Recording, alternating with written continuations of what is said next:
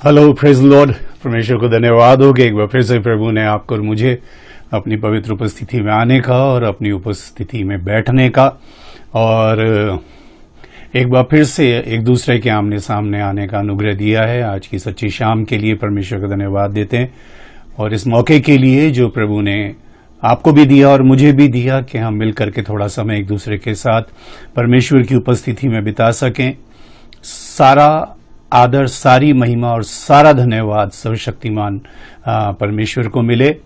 और उसके साथ ही साथ मैं ये बरकतों की बारिश पेज की पूरी टीम के लिए मैं धन्यवाद देता हूं, जिन्होंने एक बार फिर से मुझे ये अवसर दिया कि उनके इस प्लेटफॉर्म के जरिए मैं आप तक पहुंचने पाया। उनके इस प्रेम के लिए, उस आदर के लिए, उस सम्मान के लिए मैं दिल से धन्यवाद देता हूं। और मेरी तरफ से बहुत बहुत मुबारकबाद है इस बात के लिए कि वो लोग इस हफ्ते को इवेंजलिज्म फेलोशिप करके मना रहे हैं। हालांकि इवेंजलिज्म एक ऐसा सब्जेक्ट है, इवेंजलिज्म एक ऐसा आप यूं समझिए, समझने लायक एक इतनी बड़ी बात है कि मैं सोचता हूं उस पर जितने भी लोग इस प्लेटफॉर्म पर आएंगे, इन मीटिंग्स में आकर के, इन सेशंस में आकर के आपसे बात करेंगे, वो उन सभी को प्रभु कुछ ना कुछ तो जरूर बताएगा। और जो लोग पहले गए हैं इन 2 दिनों में, उनको भी बताया ही होगा। लेकिन मैं इस बात को सोच रहा था कि इस पूरे के पूरे इवेंट के अंदर जब ये बरकतों की बारिश टीम ने मुझे इनवाइट किया है, तो ऑब्वियसली ये मेरी ड्यूटी बनती है कि थोड़ी सी कुछ बातें मैं आपको इस इवेंजलिज्म के विषय में बताऊं। तो जितने भी लोग हमारे साथ जुड़ रहे हैं या धीरे धीरे जुड़ते जाएंगे या आने वाले समय में इस वीडियो को इस पेज के ऊपर या हमारे YouTube चैनल पर देखेंगे, आपकी जानकारी के लिए मैं बता देता हूं कि जितने भी वीडियोस आप यहाँ देखते हैं इस पेज पर, वो हमारे YouTube चैनल पर भी अवेलेबल होते हैं। आप उनको बाद में वहाँ पर भी देख सकते हैं, क्योंकि कुछ लोग जब विदेशों से मुझे कांटेक्ट करते हैं, फ़ोन करते हैं या मैसेज करते हैं, तो वो ये बोलते हैं कि आपका टाइम हमारे टाइम के साथ कई बार सूट नहीं कर पाता। तो मैं उनको यही जवाब देता हूँ कि आप चाहें तो बाद में इन वीडियोस को जो है उन पेजेस के ऊपर देख सकते हैं, इन प्लेटफॉर्म्स पर जहाँ मैं जाता हूँ, या फिर आप हमारे YouTube चैनल के ऊपर भी उनको देख सकते हैं। तो परमेश्वर का धन्यवाद हो इस अच्छी शाम के लिए। आप सब का, जितने भी लोग हमारे साथ जुड़े हैं या जुड़ रहे हैं, सबका प्रभु में दिल से स्वागत करता हूं। और ये मेरी आशा है, ये मेरा विश्वास है, ये मेरा भरोसा है, और साथ ही मेरी प्रार्थना है कि जितना भी समय आज हम एक दूसरे के साथ हैं, इस पूरे समय में परमेश्वर का वो पवित्र अभिषेक हम सब पर छाया किए रहे, ताकि आप में से किसी एक का भी इस सेशन को अटेंड करना व्यर्थ ना जाने पाए। कुछ ना कुछ तो नया आज आप यहां से सीख करके जाएंगे, ये मेरा विश्वास है। क्योंकि यदि आप इस प्रार्थना के साथ बैठे हैं कि खुदावन मेरी आंखें खोल, खुदावन मेरे कानों को खोल, ताकि जो तेरे वचन की बातें हैं उनको मैं सिर्फ सुनने वाला या सुनने वाली नहीं, उनको ग्रहण करने वाली भी हो सकूं, तो ये बात पक्की है कि जब परमेश्वर से हम कोई बात आत्मा में प्रार्थना में कहते हैं या दिल से प्रार्थना में कहते हैं, परमेश्वर जरूर उसका उत्तर हमें हाँ और आमीन में देते हैं। ये उनका स्वभाव है, ये उनका प्रेम है, ये उनकी दया है। तो इवेंजलिज्म जो है, इसका अगर बिल्कुल सिंपल सा अगर मैं आपको एक इसकी परिभाषा बताऊं, अगर इसकी एक सिंपल डेफिनेशन है, तो वो सिर्फ ये हो सकती है कि एक दिए से दूसरा दिया जलाना। और ये कुछ नहीं पता कि वो जो दिया जला है उसको कितने दियों ने जलाया। इसके लिए मैं एक उदाहरण देता हूं आपको। काफी समय पहले की बात है, जब हम लोग दिल्ली में रहते थे, मेरा एक फ्रेंड था, ये शादी से भी पहले की बात बता रहा हूं आपको। तो दिवाली पे एक बार हम उनके घर गए, उन्होंने इनवाइट किया हमें। तो उनके घर के का जो पूरी वो बाउंड्री थी, उसके ऊपर उन्होंने बहुत सारे दिए जला रखे थे। तो थोड़ी देर में मैंने देखा जो सामने वाली बिल्डिंग है उसमें एक लेडी आई और उन्होंने बहुत सारे दिए जो थे अपने घर की बाउंड्री पर लगाए, लेकिन वो जल नहीं रहे थे। तो वो आई यहाँ पर इस घर के पास और वो एक दिया अपने हाथ में लेकर के आई और उन्होंने उस एक दिए को, यहाँ जो दिए रखे थे उनमें से एक दिए से जलाया और उसको बड़ा संभाल के वो अपने घर तक ले गई और उस एक दिए से उन्होंने अपने पूरे घर के दिए जला दिए। और मैं ये सोच रहा था कि परमेश्वर ने इस बात को मुझे देखने का ये अनुग्रह क्यों दिया।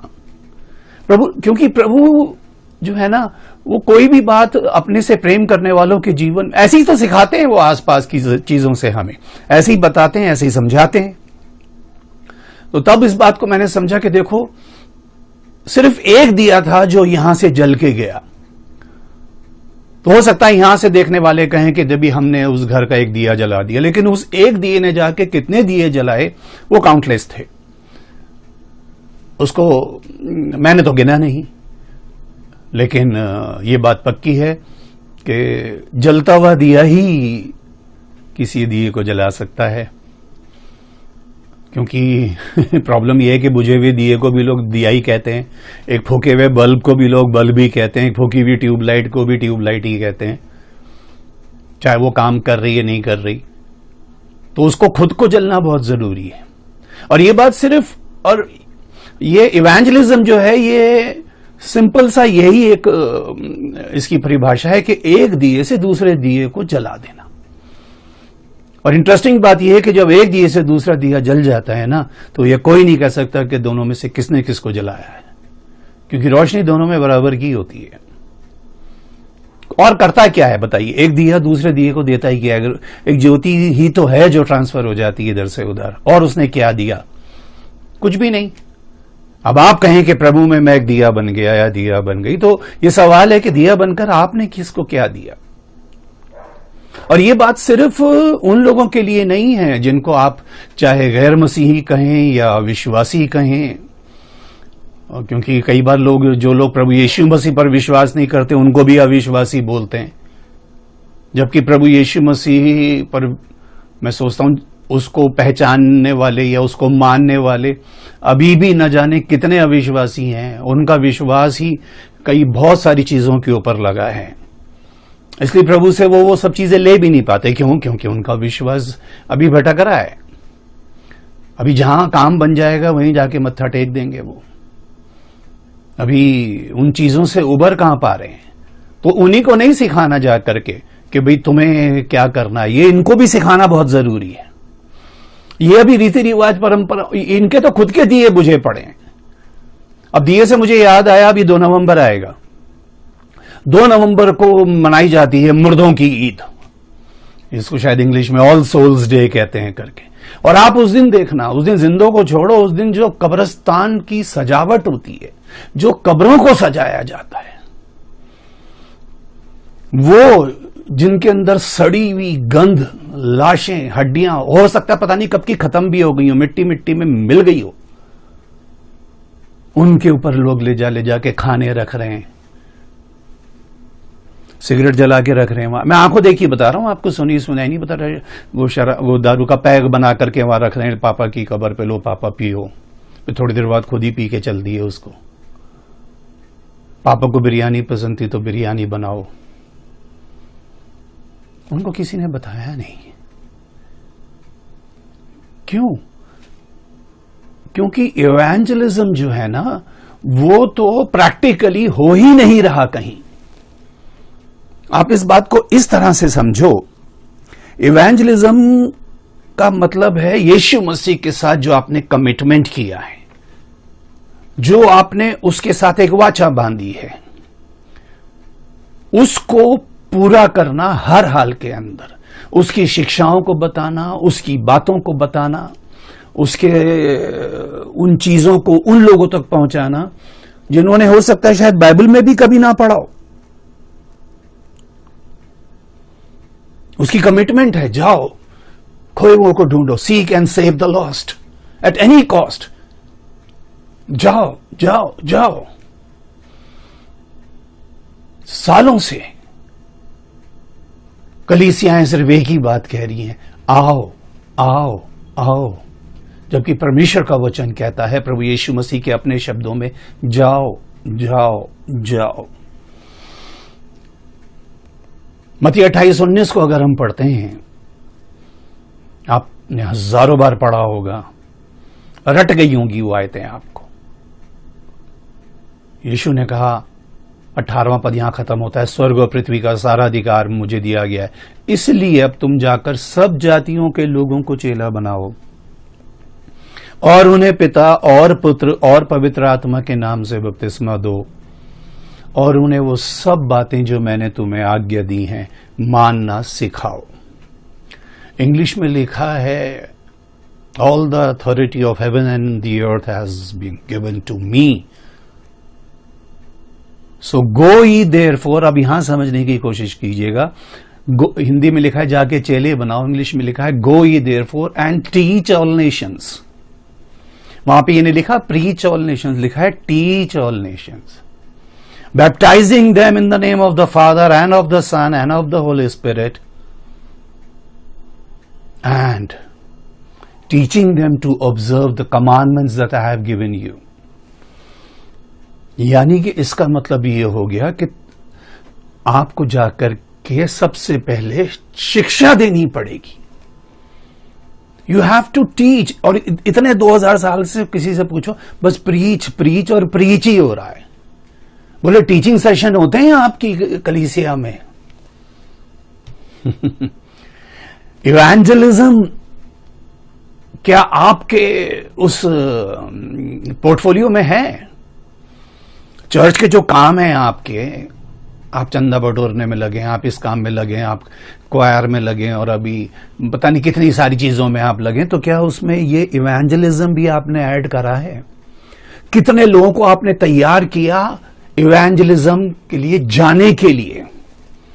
कितने इवेंजलिस्ट आपकी कलीसिया में तैयार किए गए हैं? How many evangelist do you have in your church? और फिर कहते हैं चर्च ग्रो नहीं कर रहा। क्यों? कैसे करेगा? लोग जा ही नहीं रहे हैं। क्योंकि हमें तो एक ही बात समझाई जा रही है, आओ आओ, जो भी उसको ले आओ, उसको ले आओ, सारी ड्यूटी उसी की है जो सामने खड़ा है, इकलौता वन मैन शो, और बाकी सब बस सारे काम वही करेगा, दुआ भी, प्रार्थना भी, ये भी, वो भी, सब उसके जिम्मेदारी है। जबकि प्रभु यीशु मसीह कह रहे हैं जाओ।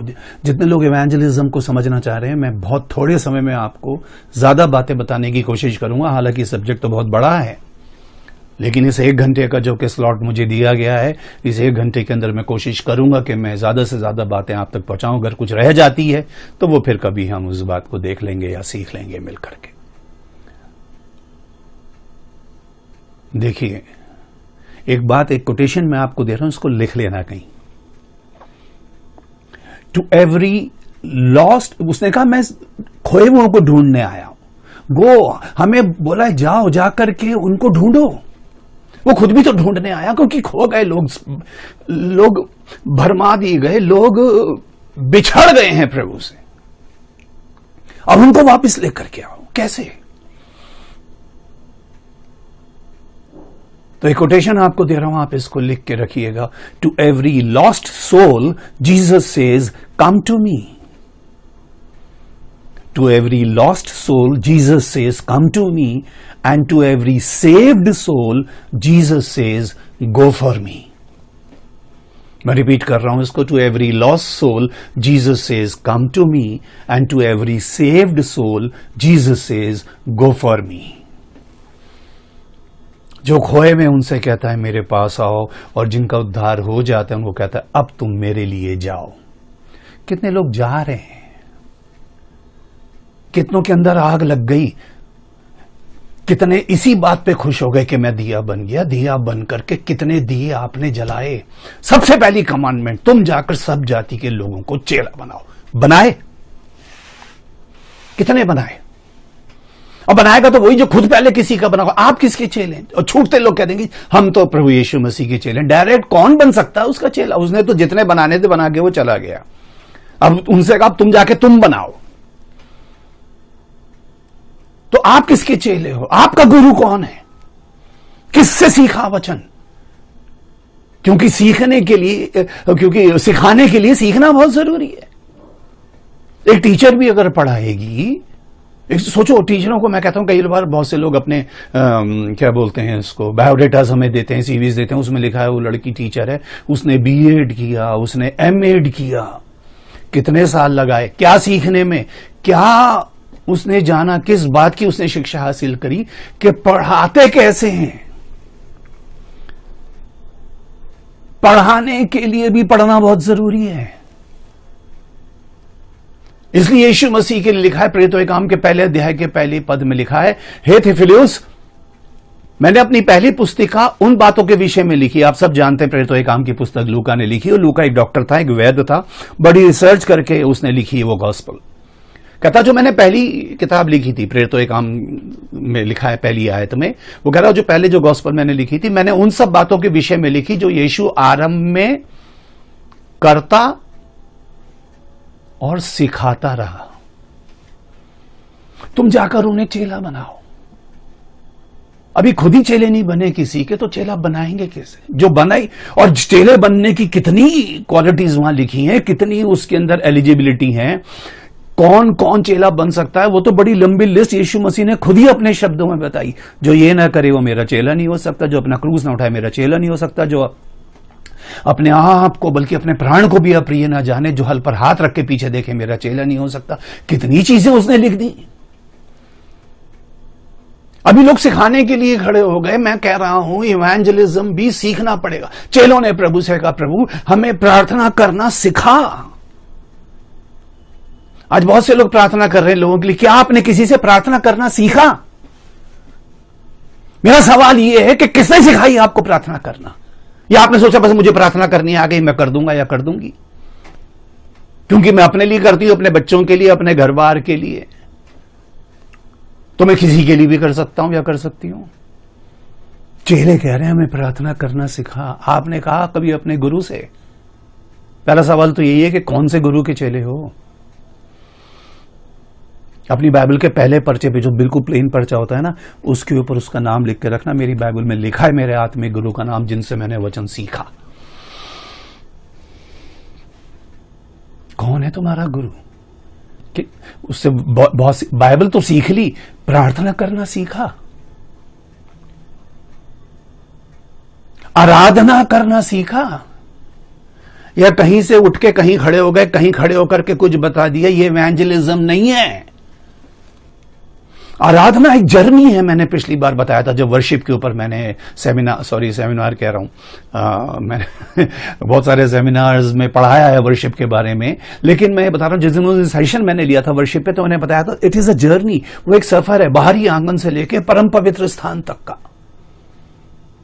उसमें जब एंटर करोगे तो क्या जुबान पे होना चाहिए, उसके बाद क्या वो वेदी, उसके बाद फिर वो हौज, फिर पवित्र स्थान, और उसके बाद वो सुगंधित क्या कहते हैं, बलिदान की वो क्या कहते हैं, खुशबूदार वो सुगंधित मेज जिसके ऊपर वो सुगंध चढ़ाई जाएगी, और उसके बाद उसका धुआं जब परम पवित्र स्थान तक पहुंचेगा, वहां जाकर के प्रभु की उपस्थिति में घुटने टेक गिर जाओगे जब, तब जाके आराधना पूरी होगी। मैं देख रहा हूं, आप भी देख रहे हैं, लोग अभी एक गाना गा रहे हैं। अभी एक गाना कौन सा गाएं? चलो अब ये गा लेते हैं, अब हम एक गाना और गाएंगे। वो पहले अंदर का गाना गा रहे थे, फिर बाहर का गा दिया, फिर बाहर के बाद फिर बीच का गा दिया, बीच के बाद फिर बाहर का गा दिया, बाहर के बाद फिर अंदर का गा दिया, क्योंकि सीखा नहीं आराधना करना।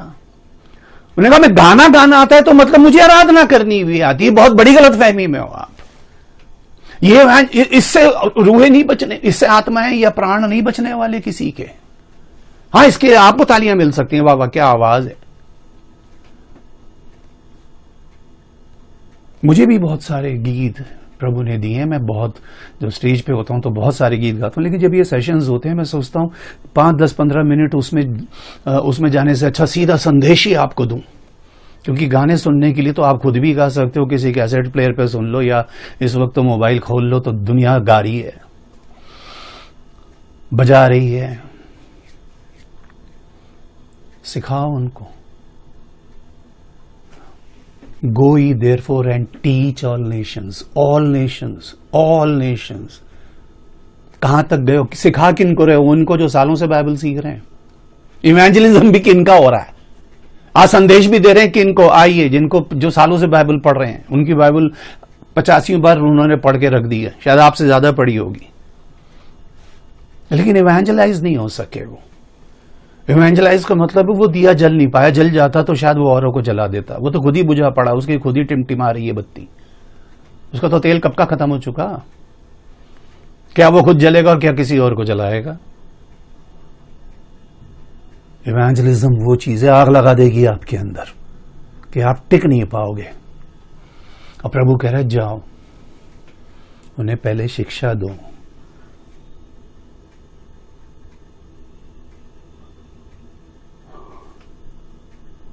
टीच ऑल नेशन, सब जातियों के लोगों को। कितनी जातियों तक पहुंचे हो अभी? कितने लोगों तक पहुंच पाए? या बस अपने अपने लोगों के, अपने कुएं के मेंढक बने हुए उन्हीं को समझा रहे हो, उन्हीं को सिखा रहे हो, जो तुम्हें जानते हैं, पहचानते हैं। उन्हीं को कल प्रचार कर रहे थे, उन्हीं को आज कर रहे हो। हाँ, इवेंजलिज्म, क्योंकि इवेंजलिस्ट नहीं बन रहे आजकल, क्योंकि इवेंजलिज्म के अंदर तो बहुत मेहनत करनी पड़ेगी, हर हाल हर परिस्थिति में, क्योंकि खोए हुए को ढूंढने जाना है। वो जो 5-fold मिनिस्ट्री है उसमें इवेंजलिस्ट भी है, और उसमें लोग इवेंजलिस्ट नहीं बना रहे, आपको लोग पास्टर बना रहे हैं डायरेक्ट। और हर आदमी पास्टर बनने के लिए तैयार बैठा है, बस क्रैश कोर्स कराए जा रहे हैं, 3 महीने में पादरी तैयार। जैसे वो अंडे निकलते हैं ना उसके अंदर रोज के रोज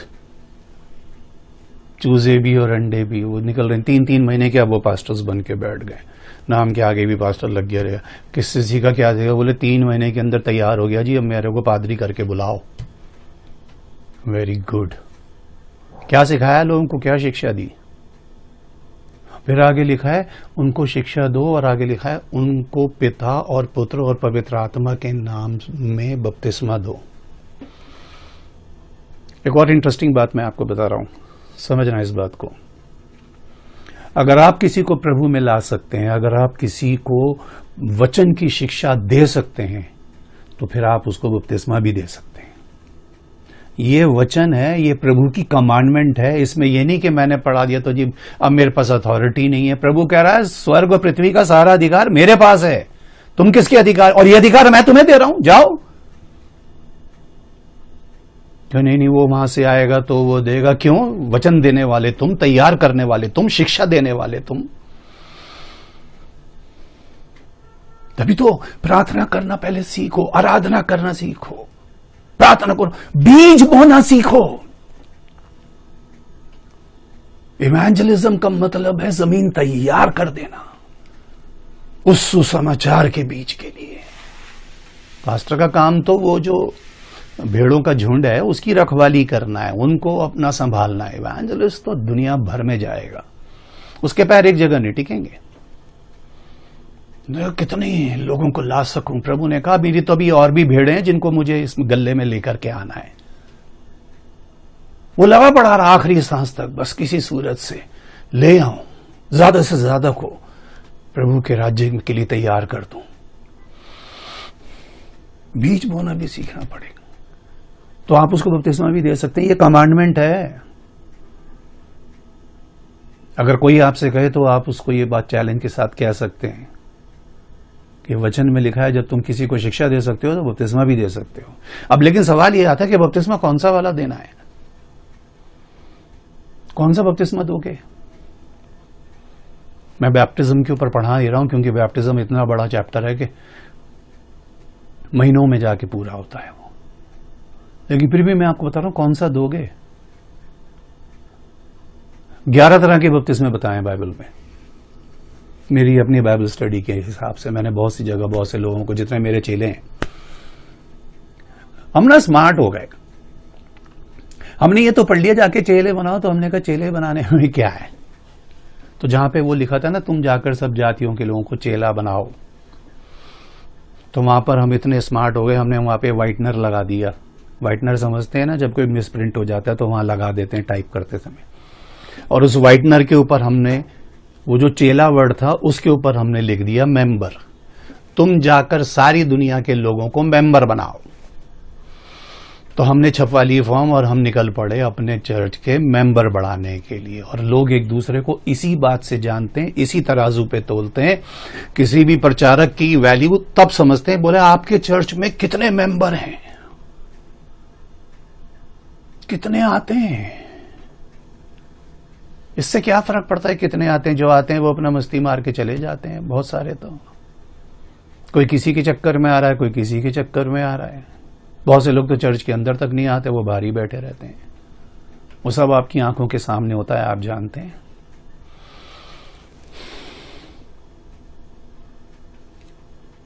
कितने आते हैं?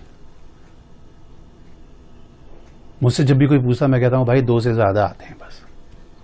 और अब तो खैर मैं चर्च मिनिस्ट्री करता नहीं, अब तो सिर्फ मैं पास्टर्स को ही पढ़ाता हूं। लेकिन मैं ये बता रहा हूं आपको कि इस बात से लोग लोगों को तोलते हैं। तो हम इतने स्मार्ट बन गए, हमने चेले की जगह लिख दिया मेंबर। तुम जाके सब जाति के लोगों का मेंबर बनाओ।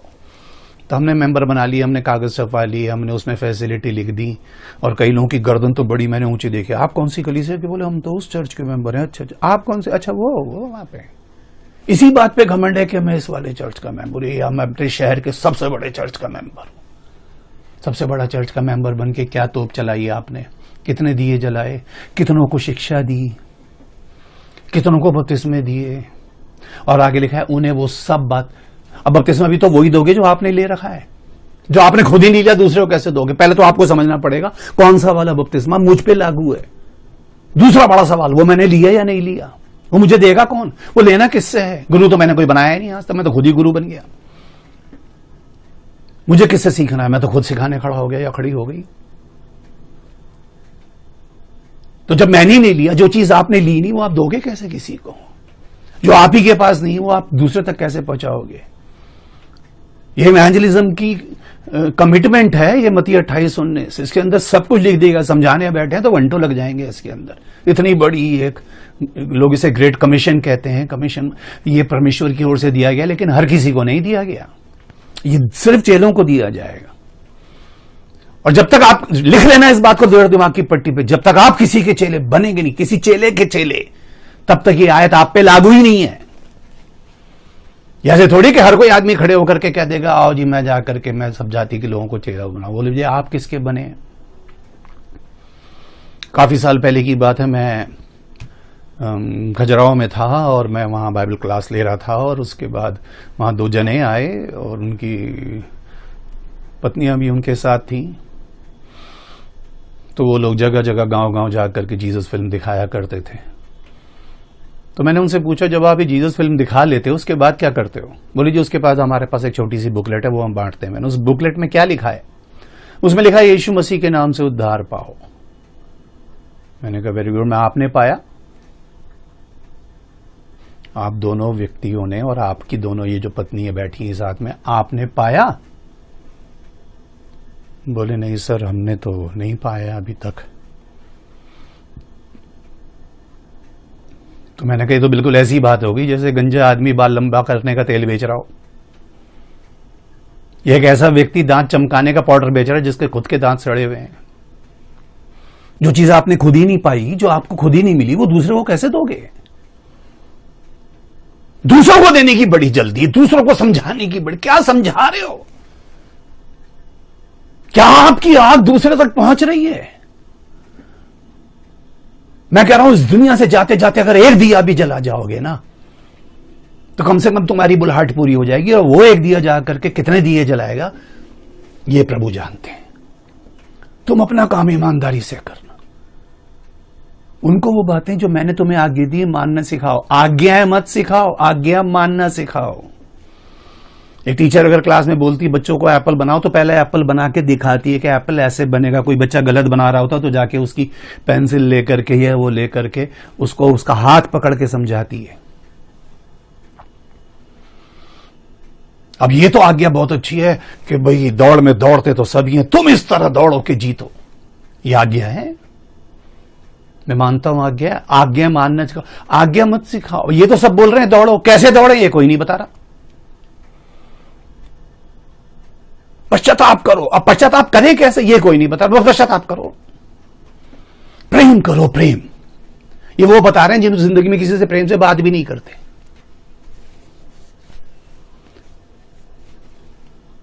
प्रेम कैसे करें ये कोई नहीं सिखा रहा। क्षमा करो, क्षमा कैसे करें ये कोई नहीं सिखा रहा। खुद तो किसी को नहीं किया जिंदगी में कभी। प्रभु ने कहा तुम करोगे तो तुम्हारे किए जाएंगे। अब इसके लिए पहले उस चीज को पहले अपने जीवन में तो अप्लाई करना पड़ेगा ना। इवेंजलिज्म तो एक ऐसी है कि जैसे जलता हुआ आदमी जा रहा हो और जिसको छू ले उसमें आग लगा दे, वो टिक नहीं सकता एक जगह। कितने इवेंजलिस्ट तैयार हो रहे हैं जरा हम बताइए, आज कलीसियां कितने इवेंजलिस्ट तैयार कर रही हैं। इवेंजलिज्म छोटा सब्जेक्ट नहीं है, इतना बड़ा काम है जो प्रभु की ओर से आपको और मुझे दिया गया है।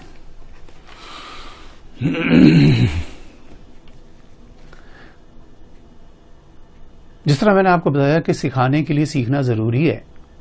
मान लीजिए कोई टीचर है, वो नर्सरी की क्लास की टीचर है, ध्यान से सुनिएगा जो मैं बता रहा हूं आपको बात। हो सकता है शायद उसने एनटीटी कर लिया हो। अब यह है बात कि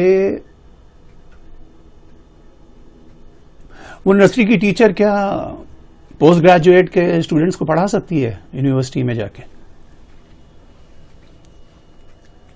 सोचना थोड़ी देर। अभी तो आमने सामने हम नहीं है, कहीं आमने सामने होते तो शायद सवाल जवाब भी हो जाते इस बात के बारे में। आप हाँ या ना जो भी आप कहते वो मेरे को पता लग जाता। लेकिन चलिए, क्या एक नर्सरी क्लास की स्टूडेंट पोस्ट ग्रेजुएट के स्टूडेंट्स को यूनिवर्सिटी में जाके पढ़ा सकती है? आज छोटे लोग कह रहे, मैं ये नहीं कह रहा कि प्रचार वो, क्योंकि आज लोग पास्टर लोग प्रचारक, मैं ये कह रहा हूं कि आप कि उस बात के अंदर एक आग लगनी चाहिए। क्या वो पढ़ा लेगी जाकर के? एक सवाल बच्चे पूछेंगे तो वहीं फंस जाएगी। अपनी प्रेजेंटेशन तो आपकी है, और आप इवेंजलाइज किसको कर रहे हैं? आप सुसमाचार का प्रचार किनको सुना रहे हैं? वो फंस जाएगी वहां जाकर के। और इसके लिए तो बड़ी मेहनत है।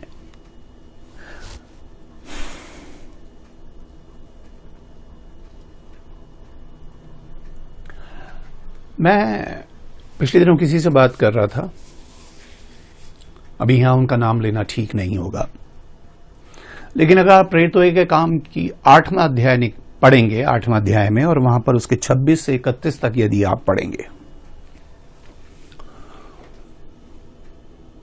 मेहनत की बात बता रहा हूं आपको, तो वहां पर परमेश्वर का आत्मा फिलिपुस से कह रहा है, तू उस रास्ते पे चला जा जो उस जंगल की ओर से जाता है। उन्हें सुन के तुरंत, ये इवेंजलिस्ट की एक बहुत बड़ी वो है, जो प्रभु कहेगा उसको तुरंत कर देना है उस काम को। अपनी अकल साइड में, अपनी सोच, अपनी जो भी सब साइड में।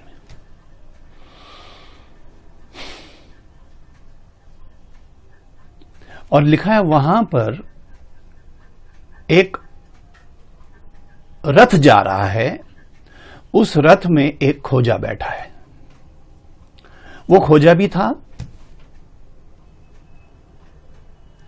वो एक रानी का मंत्री भी था, कंदाके की रानी का, और खजांची भी था, यानी एक बड़ी अच्छी पोस्ट थी। हो सकता है आप में से बहुत से लोग जो आज ये वीडियो देख रहे हैं या मेरे सामने बैठे हैं या इस सेशन को बाद में भी देखेंगे, शायद आप जानते ना हो। लिखा है वो खोजा था। खोजे का मतलब होता है, आप जानते हैं संसार में परमेश्वर ने 2 किस्म के लोग बनाए, एक बनाया है नर और एक बनाई है नारी, और इन दोनों के बीच में भी एक स्पीशीज होती है, एक जाति होती है जिसको आप लोग कई बार किन्नर भी बोलते हैं। उसके लिए शब्द आया है यूनिक, इंग्लिश में आप पढ़ लेना उसको। तो ये वो थे जो ना स्त्री थे ना पुरुष थे, लेकिन ये इतने स्ट्रांग होते थे, इतने ताकतवर, और इतनी परमेश्वर का अनुग्रह इनके ऊपर था कि इनको राजाओं के महलों में बड़ी अच्छी अच्छी और बड़ी बड़ी पोस्ट दी जाती थी।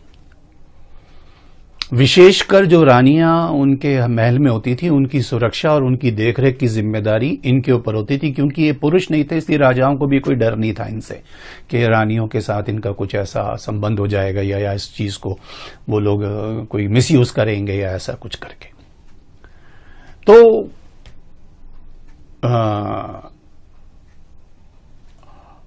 ये एक वो था, क्या बोलते हैं इसको, खोजा था, मंत्री भी था और खजांची भी था। तो ये जा रहा है रथ के अंदर, और इत्तेफाक की बात यह है कि यशायाह नबी की पुस्तक पढ़ता हुआ जा रहा है। अब परमेश्वर का आत्मा फिलिपुस से कह रहा है इस रथ के साथ हो ले। फिलिपुस ना घोड़े पे है, ना किसी रथ पे है, ना उसके पास कोई सवारी है, लेकिन परमेश्वर का आत्मा उससे कह रहा है इस रथ के साथ हो ले। आप इमेजिन कीजिए, रथ के साथ साथ चलना, नहीं दौड़ना। आप फिलिपुस की स्पीड सोचो, क्योंकि कमांडमेंट है तो उसको पूरा करना ही करना है, और ये पक्की बात है कि अगर परमेश्वर ने बोला इस रथ के साथ हो जा, तो उसको उस रथ के साथ ही दौड़ना है। अब चलते चलते उस रथ के साथ दौड़ते दौड़ते सोचिए क्या तो उसकी सांसें उखड़ रही होंगी, या क्या उसके साथ हो रहा होगा उन सारी परिस्थितियों में भी, क्योंकि ये एक आज्ञा है कि इस रथ के साथ हो। ढीलेपन का काम नहीं है इवेंजलिज्म, सुस्ती का काम नहीं है, आलस का काम नहीं है। यह बिल्कुल ऐसा है जैसे दौड़ते हुए रथ के साथ दौड़ना, उसके साथ मिलाना अपनी स्पीड। वक्त मिलेगा तो देखेंगे, समय मिलेगा तो देखेंगे, तुम्हें समय कभी नहीं मिलेगा। क्योंकि एक सबसे बड़ी गलतफहमी जिसमें मनुष्य जीता है वो ये है, अभी बहुत समय है। जितने लोग इस कोविड में चले गए उनको भी लगता होगा अभी बहुत समय है। मसीह लोग कितने गए सोच के देखिए, उनको भी लगता होगा बहुत समय है अभी। उनसे पूछो कभी किसी को लेकर आए प्रभु में, कितने लोगों को जीता, कितने लोग तुम्हारी वजह से कलीसिया में आए। तुम दिए बन गए वो तो बहुत अच्छी बात है, तुम चमक रहे हो, तुम्हारी लाइट है ना। प्रभु ने बोला लोग दिया जलाकर पैमाने के नीचे नहीं दीवट के ऊपर रखते, उससे घर के सब लोगों को उजियाला पहुंचता है। ये अच्छी बात है, मेरा उजियाला घर के सब लोगों को पहुंचा, लेकिन वो उजियाला मेरे साथ ही खत्म हो जाएगा क्या? वो मैंने ज्योति आगे कहीं ट्रांसफर करी? सवाल ये नहीं है कि क्योंकि कोई था जिसने मुझे जलाया, अभी जिम्मेदारी मेरी है कि मुझे जलाने हैं।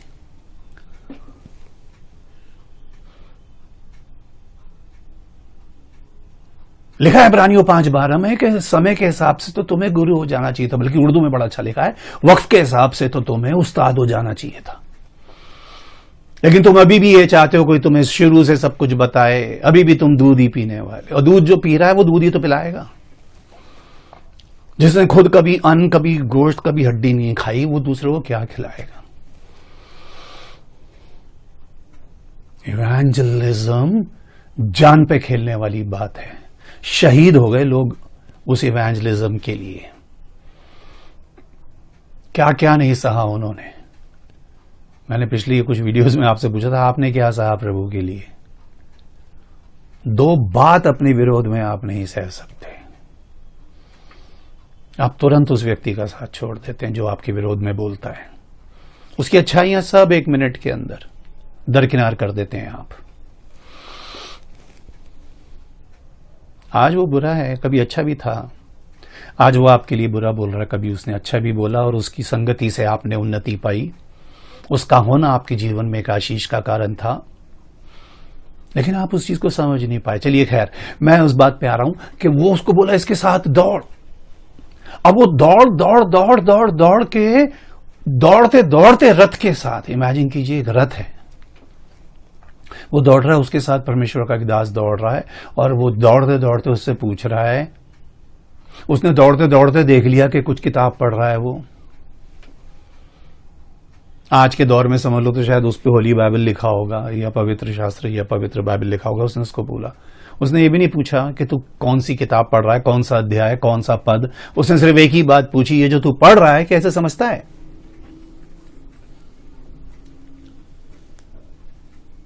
पढ़ तो रहा है, और पढ़ लोग सालों से रहे, और बस पढ़ ही रहे। प्रभु ने कहा तुम पवित्र शास्त्र में ढूंढते हो, तुम सोचते हो इसमें तुम्हें अनंत जीवन मिलेगा। अनंत जीवन तो तुम्हारे सामने खड़ा है, उसे तुम रिजेक्ट कर रहे हो, उसे तुम कह रहे हो क्रूज पे चढ़ाओ। मैं ही तो था वो मार्ग, मैं ही तो हूं सत्य, और मैं ही तो हूं जीवन जो तुम्हें मिलने वाला है। मार्ग भी मैं ही हूं। तो इस मार्ग की पूजा नहीं करनी, इस मार्ग पे चलना है। इसकी फोटो खींच के नहीं लगानी। कोई आदमी सोचे कि जी यहाँ से मुझे लखनऊ जाना है तो कौन सी रोड है, बोले जी ये रोड है लखनऊ जाती है, वो एक अच्छी सी फोटो खींचे उस रोड की और अपने घर में लगा ले और देख के कहे वाह वाह वाह क्या लखनऊ है। मार्ग की फोटो खींच के लगाने से या उस पर धूप बत्ती अगरबत्ती लगाने से लखनऊ पहुंच जाएगा वो, या दिल्ली पहुंच जाएगा? यीशु मसीह ने कहा मैं मार्ग हूं, उस मार्ग पे आगे जाओगे तो वो द्वार भी मैं ही हूं, और ये कि सिर्फ मैं ही हूं ये सच भी मैं ही हूं, और उसमें अंदर जाकर के जो जीवन मिलेगा वो भी मैं ही हूं। तो जब खुद ही उस मार्ग पे नहीं चले तो लोगों को चलाओगे कैसे? मैं सच कह रहा हूं, आप देखना अभी 2 नवंबर को क्या हाल होगा उनका, जो बड़ी मोटी और चिकनी बाइबलें ले लेके जाते हैं ना चर्च में, वो वहां क्या कर रहे होंगे देखना, उन कब्रों की पूजा कर रहे होंगे। लोग कह रहे हम पूजा थोड़ी कर रहे हैं उसकी। अच्छा तो जरा बताओ मेरे को पूजा में क्या क्या चीजें इस्तेमाल होती हैं? छोटा सा सवाल है। किसी चीज की पूजा करनी हो तो क्या क्या चीजें इस्तेमाल होती हैं उसके अंदर? उसमें फूल होंगे, उसमें कोई ना कोई खुशबूदार चीज होगी, धूप बत्ती अगरबत्ती वॉटेवर, एक दिया होगा या कैंडल होगी, उसके अंदर कुछ खाने की चीज होगी।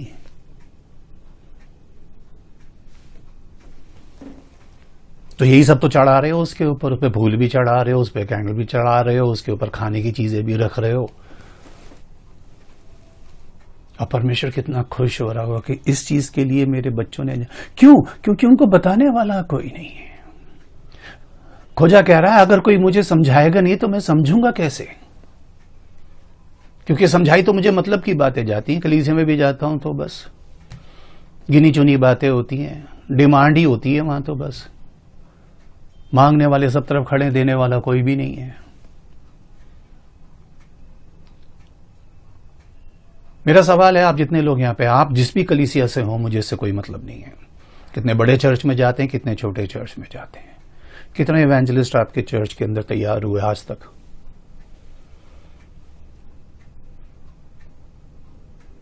कितने लोगों को आपने चेला बनाया? आपने, ये कमांडमेंट आपके लिए है, क्यों? लेकिन वो कमांडमेंट है किसके लिए? जो खुद चेला बनेगा। पहले प्रभु ने कमांडमेंट किसको दी? वो जो चेले उसने बनाए थे, चेलों को ही, चेला ही तो किसी को चेला बना सकता है। और खोजा यहां पे कह रहा है जब तो कोई मुझे समझाएगा नहीं मैं कैसे समझूंगा। तो एक ये बात भी सीखो आज की शाम कि उद्धार सिर्फ नर नारी या पुरुष या स्त्री के लिए नहीं, खोजों के लिए, इन किन्नरों के लिए भी है। तो ये भी अगर कहीं मिल जाए तो छोड़ना मत उसको उद्धार का सुसमाचार सुनाने के लिए, और शर्माना मत। पौलुस कहता है रोमियो में, मैं सुसमाचार से नहीं लजाता। I am not ashamed of the gospel. इसको मैं अगले कभी किसी उसमें बताऊंगा आपको। या चलिए थोड़ी सी मैं इसको हेडलाइन बता देता हूं कि आदमी, वो कह रहा है क्योंकि सुसमाचार जो है ना वो उद्धार पाने वालों के निमित्त परमेश्वर की सामर्थ है। वो क्यों नहीं शर्माता? क्योंकि आदमी जब भी शर्माता है ना वो अपनी कमजोरी से शर्माता है।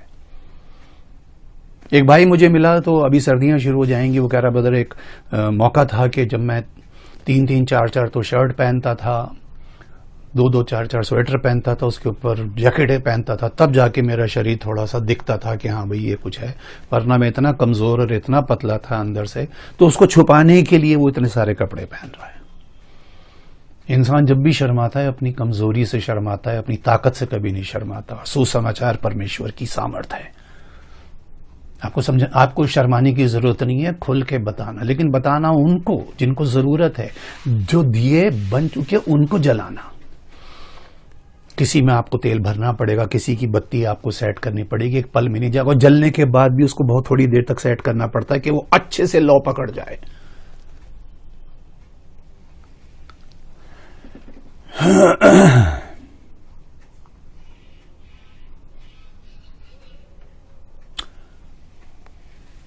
आपको पता है परमेश्वर ने स्वर्गदूतों को रचा। एक बात की बात है, मत्ती 22 में एक बात लिखी है कि वहां पर लोगों ने प्रभु से कहा कि भाई एक स्त्री थी, उसने एक पुरुष से शादी करी, वो उसका पति मर गया, फिर उसने दूसरी की दूसरे भाई से कर ली, वो भी मर गया, फिर तीसरे से करी, वो भी मर गया, और ऐसे करते करते जितनों से शादी करी वो सब मर गए। तो न्याय के दिन वो किसकी पत्नी कहलाएगी? किसके बगल में खड़ी होगी जाकर के? वो कौन कहेगा कि जी ये मेरी वाली, ये मेरी पत्नी है? प्रभु ने उससे कहा, वहां पर आप पढ़ लेना मत्ती 22 में, ये आपको 24 से 30 तक में मिल जाएगा। प्रभु ने कहा, यह आयत बहुत अच्छी लगती है मुझे, वहां पर ब्याह शादियां नहीं होती। और आगे बहुत भी खूबसूरत बात लिखी है, वहां सब स्वर्गदूतों की मानिंद होंगे। अब ब्याह शादी नहीं होती, इसका मतलब हो गया कि वहां पर जेंडर खत्म हो जाएगा। पहचानेंगे सब एक दूसरे को, लेकिन वहां स्त्री स्त्री के भेष में और पुरुष पुरुष के भेष में नहीं होगा, क्योंकि महासर लोग तो वैसे भी प्रवेश नहीं कर सकते वहां पर। तो वहां पे सब स्वर्गदूतों की मानिंद होंगे। इसका मतलब स्वर्गदूतों में स्त्री पुरुष नहीं होते, स्वर्गदूतों में जेंडर नहीं होता। और उन स्वर्गदूतों को परमेश्वर ने इस चीज से बिल्कुल अलग रखा है। मैं आपको सच बात बता रहा हूं, जैसे एक डॉक्टर होता है ना, जब वो सर्जरी करने के लिए किसी पेशेंट को उस ओटी में टेबल पे लिटाता है, तो उसके लिए उसको उस शरीर की के प्रति कोई लालसा, कोई किसी चीज की उसके वो वैल्यू नहीं होती। उसको तो बस देखना है, उसको ये भी फर्क नहीं पड़ता स्त्री या पुरुष, उसने पेट काटना है तो काट देना है। ऐसा नहीं स्त्री देख करके वो सोचेगा ओ इसको कैसे काटूं, या पुरुष तो स्ट्रांग होकर। इतना ज्यादा न्यूट्रलाइज कर देता है परमेश्वर आपको। और यही प्रभु के लोगों की सबसे बड़ी अहमियत होती है कि कोई भी गम उनको रुला नहीं पाता और कोई भी बहुत ज्यादा खुशी उनको एक्स्ट्रा हंसा नहीं पाती। उनके लिए गम और खुशी में कोई फर्क नहीं रह जाता, इतना न्यूट्रल कर देता है परमेश्वर। कोई बहुत ज्यादा रोएगा, आप इंप्रेस नहीं होंगे। प्रभु इमोशनल नहीं है। लोग आंसुओं से लोग इंप्रेस हो सकते हैं, परमेश्वर इंप्रेस नहीं होता। ऐसे आपको कर देगा वो, बिल्कुल। आपको तो काम है उस स्वर्गदूतों की तरह। आप समझ लो इस बात को कि वो उस स्टेज तक लेकर के आना चाहता है आपको कि आपका काम सिर्फ ये रहे कि आपको परमेश्वर का संदेश पहुंचाना है। अभी मुझे नहीं पता, देखिए स्क्रीन के ऊपर मुझे नहीं देख रहा कितने जेंट्स सुन रहे हैं, कितने लेडीज सुन रही हैं। क्योंकि जब आप देखो, मैंने इसलिए आपसे कहा कि बीज बोना सीखना पड़ता है। क्योंकि जब आप प्रचार करते हैं तो आपको हर उम्र के लोग मिलते हैं वहां पर, हर कैटेगरी के लोग मिलते हैं, हर एजुकेशन के, हर बैकग्राउंड के लोग मिलते हैं। तो अब तो ये आपके ऊपर है ना कि आप किस तरह से उनको सुसमाचार सुना रहे हो। ये इवेंजलिज्म कैसे करोगे? मैंने कई अपनी वीडियोस के अंदर इस गवाही को दिया है, और आप में से कुछ लोग जानते भी हैं जो कि पहले से मुझसे परिचित हैं कि एक बार हम लोग एक गर्मियों में हम लोग पंजाब का टूर हमने बनाया, तो हम पंजाब के काफी इलाकों में गए। तो वहां पर एक जगह है, उस गांव में खड़े होकर के मैं प्रचार कर रहा था। बहुत सारे लोग वहां बैठे थे, लेडीज भी थी। और कई बार ऐसा होता है, अपनी आदत के अनुसार हम ये ऐसा करते हैं कि आधी आयत हम बोलते हैं तो हम सोचते हैं आधी आयत सामने वाला पूरा कर दे। जैसे मान लीजिए मैंने कहा कि परमेश्वर ने जगत से ऐसा प्रेम रखा कि अपना, सामने वाला बोलेगा इकलौता पुत्र दे दिया ताकि जो कोई इस पे विश्वास करे वो नाश ना हो परंतु अनंत जीवन पाए। अब ऐसा 2-4 बार हुआ कि मैंने कुछ आयतें बोली और सामने से कोई रिस्पांस नहीं आया। तो मुझे ये बात बड़ी यूं समझिए कि अटपटी सी लगी, और मैंने उनसे कहा, मैंने क्या हुआ, आप लोग क्या बाइबल पढ़ते नहीं कभी? तो सब एक दूसरे का मुंह देख रहे हैं। तो उनमें से एक लेडी खड़ी हुई और उसने मुझसे कहा, पाजी साढ़े ते पूरे पिंड एक भी बंदा पढ़ा लिखा नहीं हैगा। यानी कि हमारे पूरे गांव में एक बंदा भी पढ़ा लिखा नहीं है। हमने तो वैसी कोई किताब नहीं पढ़ी, तो बाइबल कैसे पढ़ेंगे? अब मुझे उनको सुसमाचार सुनाना है। ऑनलाइन में तो पता ही नहीं होता ना कौन बैठ के देख रहा है कौन नहीं देख रहा। लोगों के पास कई बार इतनी फुर्सत नहीं होती कि 4 वर्ड टाइप कर दें, वो भी अंगूठे और इससे उससे काम चलाते रहते हैं। क्या अच्छा लगा, क्या नहीं अच्छा लगा, क्या समझ में आया, क्या नहीं समझ में आया, एक कॉल तक करने की फुर्सत नहीं होती। लेकिन चलिए, वो उनकी अपनी तैयारी है, वो उनका अपना एक मन है। लोग फूल पत्तियों से ही काम चला लेते हैं। अब मुझे उनको सुसमाचार सुना। ऐसे आपको बहुत से लोग मिलेंगे तो आपको देखना पड़ेगा बैकग्राउंड कैसा है, क्योंकि दिए तो हर कोने में जाके जलाना है। अब उनको सुसमाचार सुनाना है जो पढ़े लिखे हैं ही नहीं। और ये नहीं कि जब मैं 3 दिन के बाद वहां से वापस आ जाऊंगा तो मेरे जाति वो पढ़ने लिखने बैठ जाएंगे, ऐसा नहीं है। अब उनके दिमाग में उनको उस चीज के लिए तैयार करने के लिए कितनी मेहनत करनी पड़ेगी, कितने उदाहरण, कितनी चीजें, कितनी बातों से समझाना पड़ेगा उनको। क्या करें?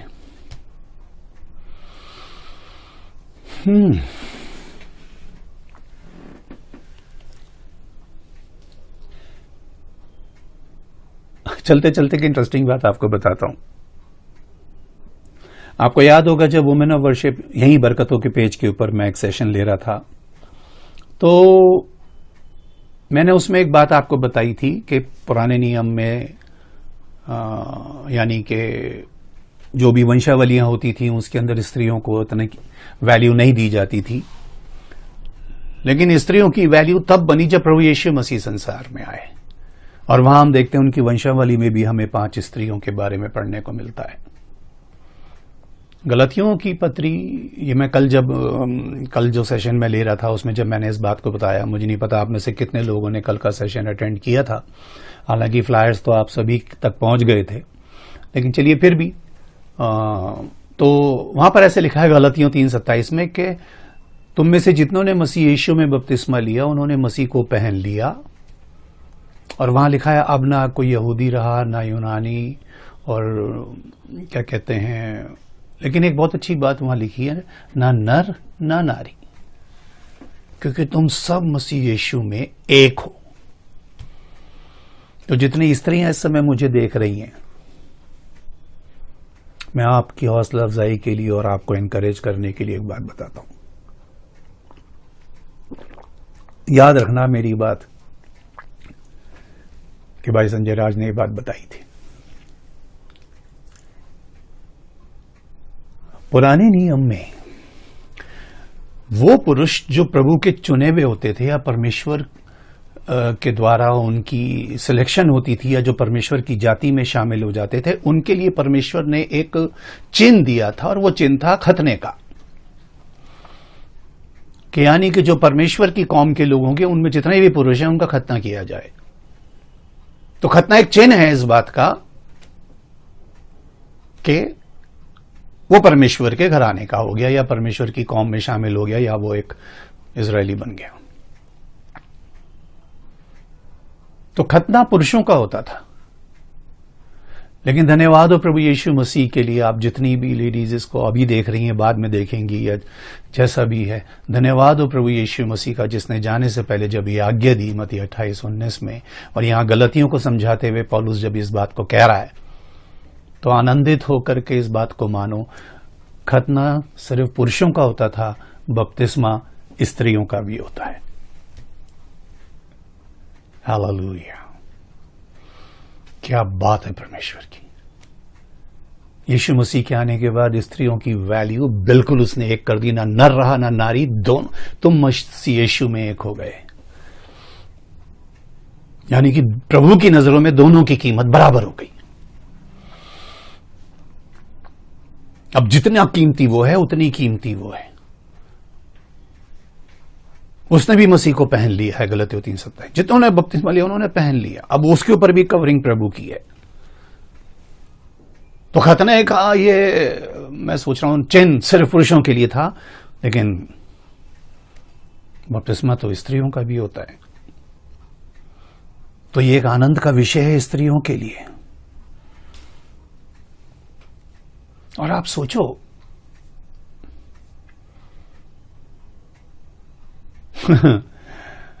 कुछ स्वर्गदूत मैं स्वर्गदूतों के बारे में बता रहा था, तो चलते चलते एक आखिरी बात आपको बता देता हूं, पता नहीं दोबारा, क्योंकि ये सब चीजें एक अलग सब्जेक्ट के अंडर में आती हैं, लेकिन बात छिड़ी थी तो इसलिए मैंने इस बात को आपको बता रहा हूं कि जब 1/3 स्वर्गदूत लूसीफर के साथ गिराए गए, तो लूसीफर भी स्वर्गदूत था और जो गिराए गए वो भी स्वर्गदूत ही थे, बल्कि आज तक स्वर्गदूत ही हैं। लेकिन ये आपको जांचना और परखना पड़ेगा उनमें से कौन से परमेश्वर लिखा है वहां पे। आप इस बात को हमेशा देखना, अगर जहां प्रभु के लिए लिखा जाएगा, पवित्र के लिए लिखा है पवित्र स्वर्गदूत या परमेश्वर के एक दूत ने आकर के कहा, तो आपको डिफरेंस समझ में आ जाएगा। तो आपको जो अथॉरिटी परमेश्वर ने दी है,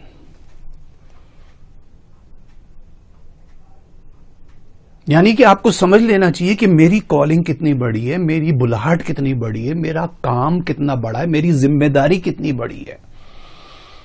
अभी इस पूरे हफ्ते के अंदर न जाने कितने इवेंजलिस्ट आएंगे आपको बताने के लिए, आपको इवेंजलाइज करने के लिए, या उन लोगों को जिन लोगों को आप इनवाइट करेंगे इस पेज पे कि आओ और देखो और समझो और सीखो कि इवेंजलिज्म क्या है।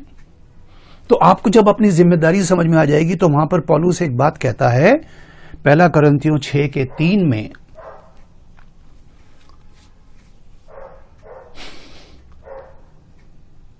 कहता है, आप पढ़ लेना, हम स्वर्गदूतों का न्याय करेंगे। हम और आप, कौन सी जजमेंट सीट पे बिठाएगा परमेश्वर आपको और मुझे? साफ लिखा है, हम स्वर्गदूतों का न्याय करेंगे। अब स्वर्गदूत का न्याय करने के लिए आपकी पोस्ट थोड़ी उससे ऊंची होनी चाहिए ना।